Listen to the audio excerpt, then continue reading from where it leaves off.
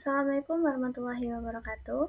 Halo semuanya, pada video ini saya akan menjelaskan materi mengenai teknik sidang, yaitu sebuah pengetahuan dasar yang sangat penting dalam organisasi, terutama ketika kita dalam forum musyawarah atau pengambilan keputusan. Video ini sebagai tugas pengganti karena saya tidak mengikuti pelatihan sidang. Jadi langsung saja, yang pertama, apa itu sidang? Jadi, sidang adalah sebuah forum resmi organisasi yang digunakan untuk membahas, mengkaji, dan memutuskan suatu agenda berdasarkan aturan yang telah ditetapkan. Artinya, sidang itu bukan sekedar tempat berkumpul, tetapi ruang formal di mana keputusan penting organisasi diambil secara terstruktur. Jadi, dalam sidang itu pembahasannya tuh harus mengikuti mekanisme ya, harus tertata rapi, mengikuti alur yang sudah disepakati bersama. Selanjutnya, ada musyawarah besar atau yang sering disebut MUBES, yaitu forum pengambilan keputusan tertinggi dalam organisasi. Nah, di sini berbagai hal strategis itu diputuskan seperti laporan pertanggungjawaban, kayak pemilihan ketua baru, penetapan aturan organisasi, dan banyak keputusan besar lainnya. Jadi MUBES itu bukan hanya agenda tahunan, tapi momentum penting untuk menentukan arah organisasi untuk kedepannya itu bagaimana. Selanjutnya, dalam sebuah sidang tuh ada alur persidangan ya, yang harus dipahami agar forum dapat berjalan dengan tertib. Nah, di sini yang pertama itu ada pengesahan tata tertib sidang, yang kedua ada pemilihan pimpinan sidang, ada evaluasi kinerja pengurusan, sidang komisi, ada sidang pleno, dan juga pemilihan ketua dan wakil ketua. Nah, di slide sebelumnya pasti bingung ya antara sidang komisi itu apa dan sidang pleno itu apa. Jadi, singkatnya sidang komisi itu adalah sidang yang dilakukan dalam kelompok kecil. Nah, untuk membahas tentang isu-isu tertentu secara lebih mendalam, biasanya tuh setiap komisi itu fokus pada topik tertentu seperti program kerja, aturan organisasi, atau rekomendasi. Nah, sedangkan sidang pleno itu sidang besar yang melibatkan seluruh peserta. Nah, jadi hasil pembahasan dari sidang komisi itu akan dijelaskan lagi atau dipresentasikan atau dibahas ulang di sidang pleno ini.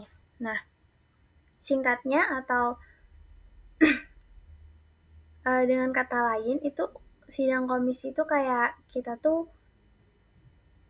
dirumuskan dulu kayak atau direncanakan gitu. Nah, terus kalau di sidang pleno itu tuh disahkan apa-apa saja yang dibahas gitu. Selanjutnya, di sini ada beberapa dokumen penting seperti GBHPKO, AD atau ART, serta Juklak dan Juknis. Nah, jadi GBHPKO itu garis besarnya tuh kayak haluan yang menjadi arah kerja organisasi. Terus kalau AD atau ART itu aturan dasar di dalam organisasi gitu.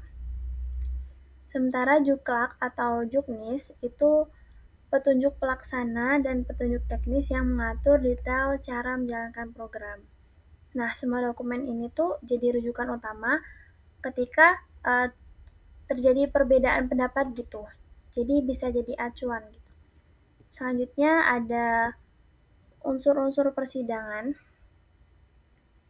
seperti peserta sidang, pimpinan sidang, materi sidang, ruangan, serta perlengkapan. Nah,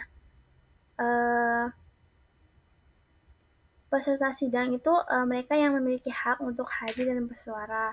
Pimpinan sidang adalah orang yang mengatur jalannya forum agar tetap berjalan sesuai aturan.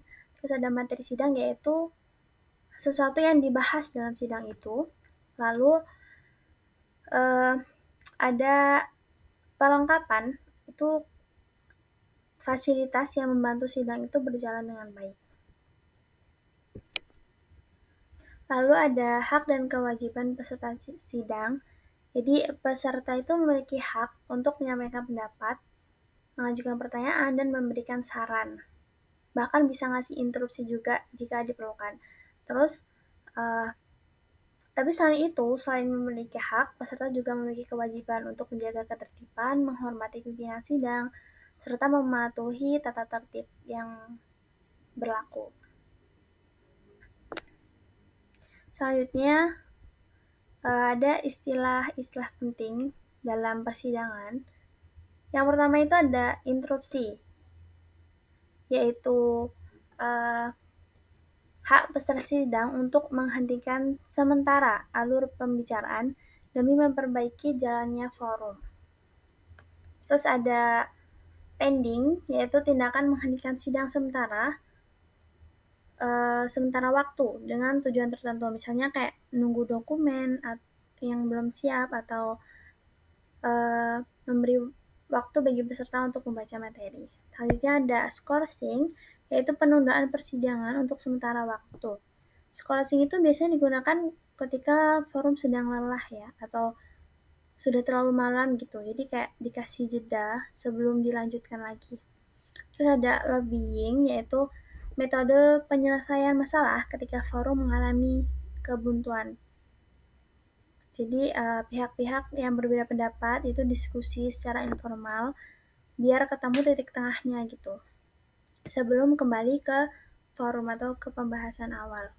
Selanjutnya yang terakhir itu ada voting, yaitu mekanisme pengambilan keputusan ketika musyawarah mufakat tidak tercapai. Jadi voting itu dilakukan secara terbuka ya, kayak uh, digunakan untuk musyawarah mufakat tidak mencapai kesepakatan tadi itu.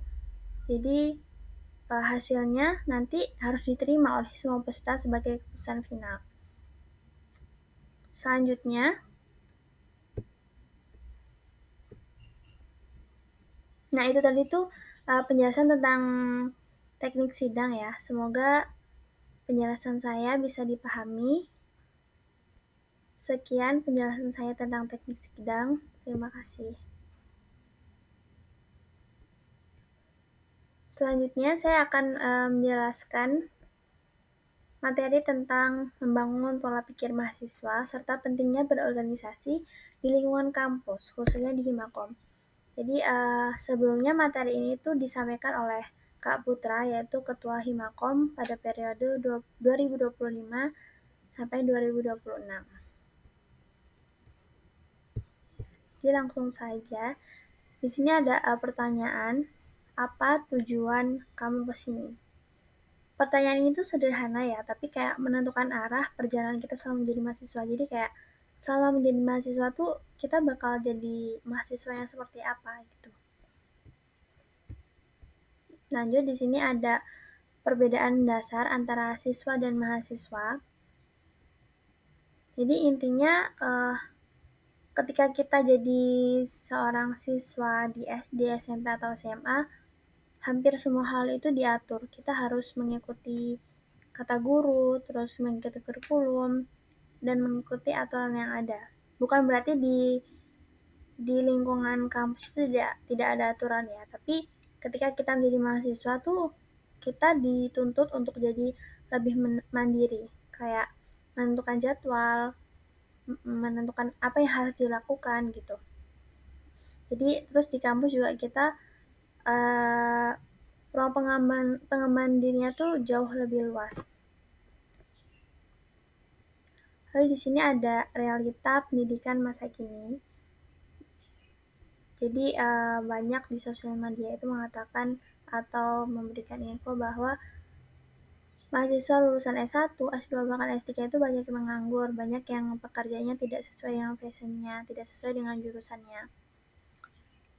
Di era gempuran AI juga banyak yang mengatakan kalau faktanya kalau mahasiswa jurusan ilmu komputer itu banyak yang tidak mendapat pekerjaan gitu. Padahal tapi realitanya banyak mahasiswa yang kalau kuliah itu cuma datang, belajar, selesai pulang. Dia tidak memanfaatkan privilege sebagai mahasiswa dengan baik. sebenarnya mereka pintar secara akademik, tapi itu kayak kurang pengalaman gitu dalam berorganisasi. Nah, padahal di dunia kerja itu saat ini eh, tidak dilihat dari IPK saja, tetapi juga melihat bagaimana kita bekerja dalam tim, terus memimpin dan menyelesaikan sebuah masalah. Lalu di sini ada pertanyaan lagi. Apa yang harus kamu lakukan sekarang? Jawabannya ya harus mulai mengambil langkah ya. Jadi jangan cuman jadi penonton. Manfaatkan ruang belajar di luar kelas karena faktanya banyak mahasiswa tuh yang takut untuk ikut organisasi, kayak takut nggak bisa beradaptasi, takut memulai hal baru, takut tidak bisa mengatur waktu gitu. Padahal sebenarnya organisasi itu tempat terbaik untuk belajar hal-hal yang tidak diajarkan di dalam kelas. Lalu jika kita lihat dari persyaratan magang dan kerja tuh hampir semuanya tuh menuntut pengalaman, kayak pengalaman dalam memimpin, pengalaman mengelola sebuah program, atau pengalaman berkomunikasi gitu. Nah, semua pengalaman itu tuh bisa kita dapat ketika kita sering mengikuti organisasi atau ikut volunteer dan lain sebagainya yang bisa mengasah kemampuan itu.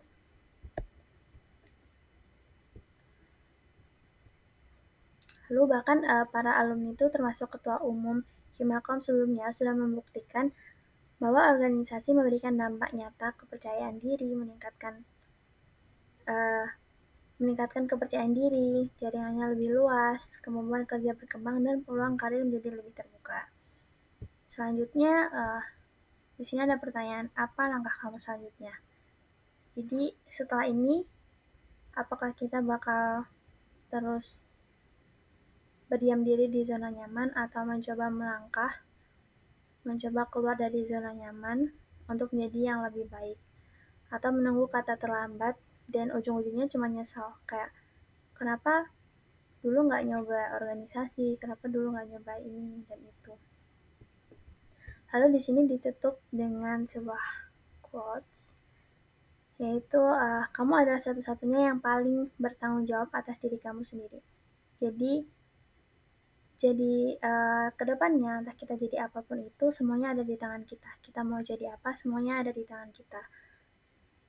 Ditentukan dengan apa yang kita pilih sekarang.